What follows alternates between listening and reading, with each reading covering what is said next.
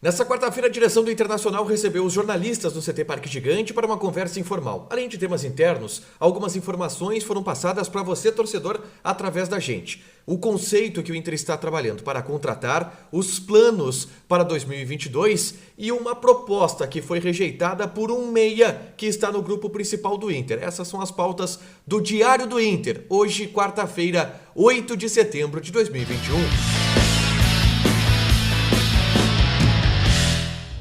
Tudo bem, gente? Abraço pra vocês, obrigado pela participação aqui no A Dupla. Não esquece de deixar teu like, te inscrever e ativar as notificações. Vamos passar limpo essa quarta-feira do Internacional, uma quarta-feira pós-feriado, que dentro de campo teve o treinamento comandado pelo técnico Diego Aguirre no CT Parque Gigante pela parte da manhã, já na fase final da preparação, visando o compromisso de segunda-feira contra a equipe do Sport Recife. O time do Aguirre está praticamente definido, vai ter o Maurício na vaga do Tyson, que está lesionado, o Saravia de volta à equipe após um período lesionado, sem grandes alterações para o restante da partida contra a equipe do Sport Recife, sem grandes alterações no restante da equipe. A grande questão que envolveu o Internacional nessa quarta-feira, pelo menos para a gente da imprensa, foi um convite que partiu da assessoria de imprensa do Internacional, mas principalmente do departamento de futebol do clube. O Dr. Emílio Papaléu, que é o vice-presidente de futebol, junto com o Paulo Brax, que é o diretor executivo, eles chamaram dezenas de repórteres aqui do Rio Grande do Sul para uma conversa informal, um café da tarde no CT Parque Gigante. Eu estive nessa reunião, nessa conversa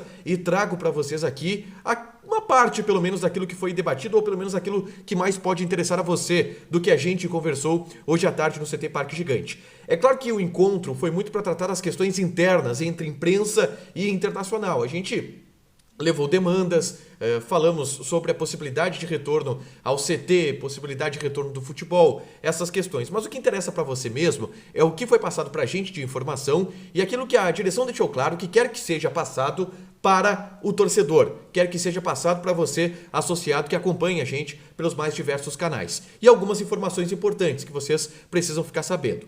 O Paulo Brax, por exemplo, diretor executivo de futebol, falou muito sobre o planejamento e fez uma espécie de balanço do que o Inter executou nesses primeiros 9 meses da atual gestão à frente do departamento de futebol. Ele explicou que as contratações do Internacional, elas estão seguindo um modelo e que quando se fala que o Internacional vai apostar muito no futuro, nas categorias de base, isso se mostra pelas contratações que o Internacional executou. Foram 7 ao todo nesse ano de 2021, sendo que desses 7, 5 são jogadores sub-23, com exceção do Tyson e do Gabriel Mercado, que foram negócios exclusivamente de ocasião. O Tyson por toda a identificação que ele tinha aqui no Internacional e o Gabriel Mercado por uma demanda que o Internacional tinha para o setor da defesa. No mais, o perfil de contratação que o Inter busca é esse. Jogadores abaixo da linha dos 23 anos, jogadores que podem ali na frente render um fruto para o Internacional. Além disso, outras questões foram destacadas pelo diretor executivo, como por exemplo, o elenco do Internacional tem quase a metade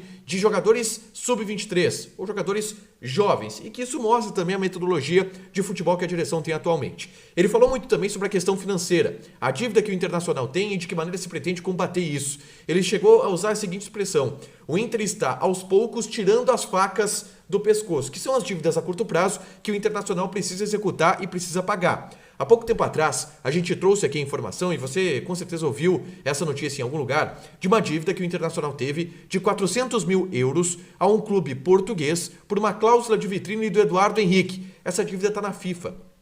O Inter teve que pagar essa dívida e teve que achar dinheiro no cofre para pagar essa dívida que não foi exatamente construída pela atual gestão. Mas são problemas como esse que o Internacional está resolvendo. A direção garante que a situação financeira ela não é caótica, apesar de ser preocupante, que dentro do possível as medidas estão fazendo com que as coisas estejam sob controle. Algumas outras informações importantes foram relatadas também, como por exemplo, o Inter recusou 2 propostas na parte final da janela de transferências, agora, nessas últimas semanas. Uma delas foi por um jovem jogador e essa proposta veio de um time da Major League Soccer. E de acordo com o Paulo Brax, essa proposta não foi aceita porque foi de um valor que o Internacional não considerou interessante. Eu não consegui descobrir ainda qual o time da Major League Soccer e qual jogador que foi pretendido por esse clube. Mas vamos por eliminação. Eu fui atrás do empresário do Zé Gabriel e atrás do empresário do Johnny, que são 2 jogadores que já tiveram seus nomes especulados nesse mercado, no mercado norte-americano. E os dois me garantiram que não são com esses atletas. O empresário do Johnny e o empresário do Zé Gabriel, inclusive, falou com o João Batista Filho, que me passou a informação. Os dois garantem que não chegou a eles nenhuma proposta da Major League Soccer por esses jogadores. Um atleta jovem, de acordo com o Paulo Brax. Ao longo dos próximos dias, com certeza, a gente vai descobrir. Ele também falou sobre uma outra proposta que foi recusada, que é do mercado turco, por um jogador do Internacional. Foi todas as pistas que ele nos deu durante a reunião. E durante a noite de hoje, através de uma apuração, eu consegui a informação. Essa proposta ela veio pelo Bosquilha, meia do Internacional. É uma proposta, eu até vou pegar aqui o nome do time certinho, que é o Malatyaspor, que é um Yeni Malatyaspor, que é um clube do futebol turco, atualmente é o 7º colocado do campeonato turco, e ele fez uma proposta de empréstimo pelo Bosquilha. Alguns colegas, inclusive, me informaram que essa proposta teria sido pelo Patrick, o que é desmentido veementemente. Pelo que eu tenho de informação, não foi para o Patrick essa proposta, e sim para o Bosquilha, do Malatyaspor. Se você viu em outro lugar que é o Patrick, eu respeito a informação, tudo bem, mas de acordo com a apuração que eu tenho, não é pelo Patrick e é pelo Bosquilha. O Malatyaspor fez uma proposta de empréstimo pelo Bosquilha. E o Internacional não aceitou essa proposta porque entende que o jogador está em recuperação, entende que o jogador está, de certa forma, subvalorizado, porque o valor de mercado dele hoje é claramente menor do que aquilo que o Internacional entende que pode render, porque ele está voltando de lesão e o Inter acredita que ele pode ser importante ao longo dessa temporada. Por esses fatores, o Bosquilha acabou não sendo negociado e o Inter também recusou essa proposta. Informações que foram passadas hoje, claro que com o auxílio de algumas apurações, pelo Paulo Brax, diretor executivo de futebol. Ele falou também sobre a questão da folha salarial. E o Internacional tem hoje uma folha de 8 milhões de reais. Na reunião ele não confirmou os números, mas eu tenho esses números, inclusive, da boca do presidente, Alessandro Barcelos, que conversou com a gente em Curitiba e passou esses detalhes. A folha salarial do Inter hoje é de 8 milhões de reais.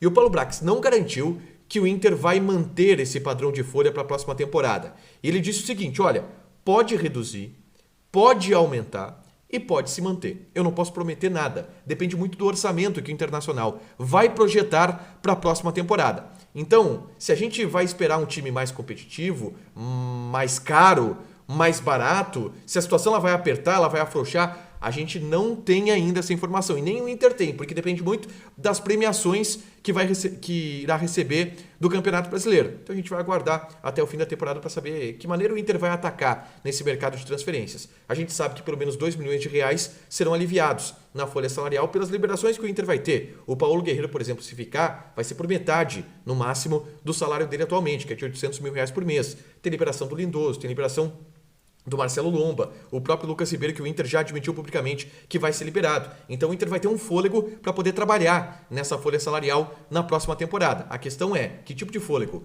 Vai poder gastar mais do que esse ano? Vai poder gastar menos? Muito depende também da campanha no Campeonato Brasileiro, tá, gente? Fiz um resumo rápido desse bate-papo que eu tive hoje à tarde lá no CT Parque Gigante. Ao longo do dia a gente vai trazendo mais informações também para vocês. Vou tentar descobrir de quem é essa proposta da Major League Soccer por um jovem jogador do Internacional. Mas você já sabe, né? Curte, compartilha esse vídeo, ativa as notificações para ficar sempre ligado aqui no conteúdo da Dupla. Beijo!